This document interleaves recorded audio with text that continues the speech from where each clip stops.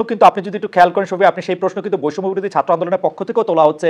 আপনারা আহতদের খোঁজ নিচ্ছেন না, আপনারা আহতদেরকে যথাযোগ্য মর্যাদা দিচ্ছেন না, সেটি করছেন না। তো আপনি জাস্টিসটা করতে পেরেছেন কি? আমি যে এটা মনে হচ্ছে যে যেই ধরনের এক্সপেকটেশন, আমাদের বিগেস্ট চ্যালেঞ্জ হচ্ছে যে এক্সপেকটেশনটা ম্যানেজ করা। আমরা বলছি তো আমরা কাজ করছি, আমরা প্রত্যেকটা ডেট আমরা খুঁজে দেখছি, অনেক মৃত্যু আসছে, মৃত্যুর খবর আসছে, আমরা প্রত্যেকটা স্ক্রুটিনাইজ করছি, প্রতিটা গ্রামে গ্রামে যাওয়া হচ্ছে, ডিসিদের নেতৃত্বে কমিটি করে প্রত্যেকটা গ্রামে গ্রামে যাওয়া হচ্ছে। আর যে আহত আমরা পুরোপুরি 19,900 জনের মতো আহত আমরা পেয়েছি, প্রত্যেককে নাম ধরে ধরে স্ক্রুটিনাইজ করে কার কিভাবে আহত হয়েছে এবং তাদের পাশে দাঁড়ানো হয়েছে। দুই একটা এদিক বেদিক হয়েছে, আমরা অস্বীকার করছি না, বাট সত্যিকার অর্থে আমরা তাদের পাশে দাঁড়িয়েছি। আপনি যদি ভালো মতো করে এটা ইনভেস্টিগেটিভ জার্নালিজম করেন, দেখেন যে আমাদের দায় কত, আমরা এখানে পারছি কিনা। আমি মনে করি যে আমরা তাদের পাশে দাঁড়িয়েছি, বাট তারা যেটা চাচ্ছেন, তারা আরো চাচ্ছেন, আমরা চেষ্টা করছি তাদের পাশে দাঁড়ায়।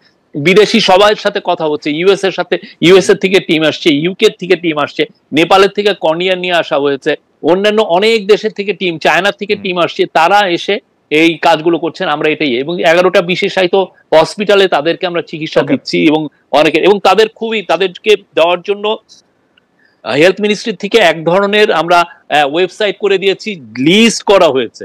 তো এখানে কেউ, আমরা তো এই আমরা এর থেকে আমার মনে হয় না যে আরো বেশি আমাদের করা উচিত, অবশ্যই আরো বেশি সুষ্ঠুভাবে। সেক্ষেত্রে আমাদের ব্যুরোক্রেটিক কিছু সমস্যা আছে, সেটা আমরা ওভারকাম করার চেষ্টা করছি। এই উষ্মাটা কোত্থেকে তৈরি হচ্ছে আসলে, যে আপনারা আসলে আহতদের ঠিকমতো খোঁজ খবর নিচ্ছেন না, আপনারা নিজেরা খুব আরাম করছেন কিন্তু আহতরা কাতরাচ্ছে, তাদের দেখার কেউ নাই, এই উষ্মাটা কোত্থেকে তৈরি হচ্ছে? আমরা প্রথম কথা হচ্ছে আমরা কেউ আরাম করছি না। আমরা মনে করি এটা একটা গণ অভ্যুত্থানের ফসলের, এটা একটা গভর্নমেন্ট, এবং এই গভর্নমেন্টের পুরো হৃদয়ের মধ্যে আছে এই ছাত্র জনতার যে স্যাক্রিফাইস তারা করলো। তো আমরা প্রতিনিয়ত, আজকে একজন বাবা এবং মা যখন কথা বলছিলেন, আমরা, আমাদের গা শিহরিত হচ্ছিল। আমরা তাদের প্রতি, আমি বলবো যে আমাদের মানে ডেডিকেশনের কোনো অভাব নাই আমাদের ইয়েতে।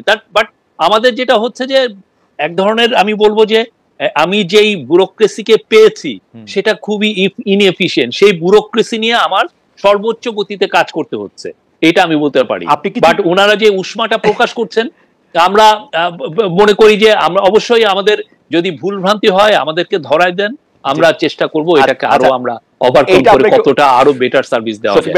আমরা যে কাজ করছি না, বা আমরা যে কাজ করায় গাফলতি করছি, আমি এটা মানবো না। শফিক ভাই, এটা আমি একটু মনে রাখলাম যে আপনি ব্যুরোক্রেসিকে ইনএফিশিয়েন্ট বলছেন, তারা এখন আরো বেশি করে আপনার সঙ্গে কাজ নাও করতে পারে, এই ঝুঁকি আপনি নিশ্চয়ই দেখছেন যে এটা তারা আপনাকে আসলে কতটুকু সহযোগিতা করছে, বা আপনার সরকারকে, সেটা নিশ্চয়ই আপনি দেখবেন। এটা নিয়ে আমরা টাকা থেকে যদি আমি একটু বলি, যে আওয়ামী লীগ সরকারের পতন হয়েছে আসলে 5 আগস্ট, আর বর্তমান সরকারের দায় মুক্তি দেওয়া হয়েছে 8 আগস্ট পর্যন্ত। এই দায় মুক্তির কারণ কি? এবং আপনি যেটাকে স্মুথ ট্রানজিশন বলছেন, সেইটার ক্ষেত্রে আমরা দেখেছি নিউ এজের রিপোর্টটা আপনি নিশ্চয়ই দেখেছেন, যেখানে মধ্যে বলা হয়েছে যে এই কয় মাসে, অন্তর্বর্তীকালীন সরকারের কয় মাসে, যে মোট কতজন আসলে এক্সট্রা জুডিশিয়াল কিলিং এর শিকার হয়েছেন। আপনি এই দুইটা বিষয় আমাদেরকে যদি একসাথে বলেন, তো তারপর আপনি এটাকে স্মুথ ট্রানজিশন বলবেন কিনা, এই এক্সট্রা জুডিশিয়াল কিলিং গুলির ক্ষেত্রে আপনারা এটা বলবেন কিনা, দায় মুক্তিটা 8 আগস্ট পর্যন্ত দেওয়া হয়েছে কেন? দায় মুক্তির বিষয়টা এই জন্য আসছে, সেটা হচ্ছে যে আপনি জানেন যে 5 তারিখে স্বৈরাচার হাসিনা চলে যান, তারপরে এই গভর্নমেন্টটা আসলে টেক ওভারটা করে হচ্ছে 8 তারিখ সন্ধ্যায়।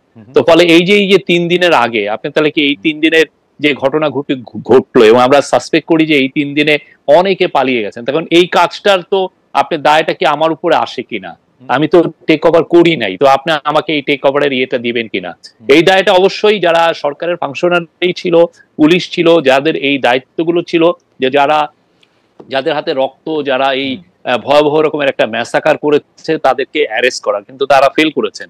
ফলে আমরা এসে যেটা হচ্ছে যে আমরা অনেক ক্ষেত্রেই একটা ব্যাড প্রেসের সম্মুখীন হচ্ছি। অনেকে এসে বলছে যে আপনারা কেন ধরতে পারছেন না, এই লোকগুলো বাচ্চা বাচ্চা ছেলেদেরকে কিভাবে নির্মম ভাবে হত্যা করেছে। আজকেও একজন মা, উনি বলছিলেন যে তার ছেলেকে কিভাবে হত্যা করা হয়েছে। আরেকজন বাবা, উনি বললেন যে তার ছেলেকে হত্যাও করা হয়েছে, এবং তার ছেলেকে ইভেন একটা মসজিদে তার ফুনারালও করতে দেয়নি, তারা ওই যে তার যে গোসল করাবে সেটা পর্যন্ত করতে দেয়নি। এটা আমার এখানে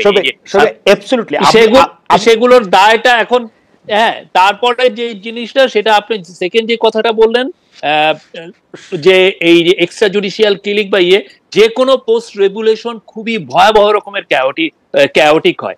সেই জায়গায় আমি মনে করি প্রফেসর ইউনূসের লিডারশিপের কারণে দেশে জাস্ট 100 দিনের মাথায় আমি বলতে পারি পুরোপুরি একটা নর্মালসি। আমরা কালকে ক্রাইমের ফিগার, পুরো দেশের যে ক্রাইমের ফিগার সেপ্টেম্বরের অক্টোবরের আমরা দিয়েছি। ওইখানে আপনারা দেখবেন যে গত বছরের অক্টোবরে যতগুলো খুন হয়েছে, এই বছর অক্টোবরে তার খুন 10টা কম, এবং সেপ্টেম্বরে একটু হাই ছিল। ওভারঅল আমরা মনে করি সিচুয়েশন হ্যাজ আমরা একটু আগে জায়গা থেকে আসি যে 6-7-8 তারিখে যা হয়েছে বা 5-6-7-8 তারিখে যা হয়েছে তার জন্য দায় আপনাকে নিতে হবে না, কিন্তু আপনি প্রোটেক্ট করতে চাইছেন কাকে? শেখ হাসিনা পালিয়ে যাওয়ার পর যে ঘটনাগুলি বাংলাদেশে ঘটেছে, যারা মারা গেছে, যাদেরকে মারা, এইটার জন্য কেন ইনডিমনিটিকে 3 দিন বাড়াতে হবে? আমি শফিকের কাছে আসলে এটা একাডেমিক ইন্টারেস্টে জানতে চাই যে এটা কেন, মানে কাকে? আমি কোন ইনডিমনিটি, কাউকে ইনডিমনিটি দেওয়া হচ্ছে না, অনেস্টলি কাউকে ইনডিমনিটি। যারা ওই সময় দায়িত্বে ছিল, এই লোকগুলো কেন দায়িত্বে ফেল করা হয়েছে এটা নিয়ে কিন্তু আমরা কাজ করছি। এটা নিয়ে জানা যাচ্ছে যে কেন এই লোকগুলো পালালো, কেন এই লোকগুলো পালাতে মানে আমরা ধরতে পারলাম না। শুধু পলায়ন না তো, ওই সময় হত্যাকাণ্ড হয়েছে, 5-6-7-8 মানুষজনকে মারা হয়েছে, লুট করা হয়েছে, অনেক কিছু করা হয়েছে। মানে এটা তো আমাদের দেখা দরকার যে কারা এটা করলো। এই যে টোটাল যে আপনার মানে এটাকে অনেকে অনেক ভুলিয়ে ফাপিয়ে দেখা হচ্ছে। তা আমাদের হিসাবে যেটা আমরা দেখি যে 150 জনের মতো ইয়ে হয়েছে, এবং অনেক ক্ষেত্রে রিভেঞ্জ কিলিং হয়েছে। তো রিভেঞ্জ কিলিং এর ক্ষেত্রে আমার মনে হয় না কোনো ইনডিমনিটি দেওয়া হয়েছে। আচ্ছা, ওকে, তাহলে আমরা এটা বলতে পারি। আর দ্বিতীয় কথা হচ্ছে যে আপনি এটাকে বলছেন যে স্মুথ ট্রানজিশন, এটা আপনাকে বলবেন যে এটা ট্রানজিশনটা স্মুথই হয়েছে, এবং জুলাই আগস্ট ম্যাসাকার নিয়ে যে অ্যাকাউন্টেবিলিটি, সেই প্রশ্ন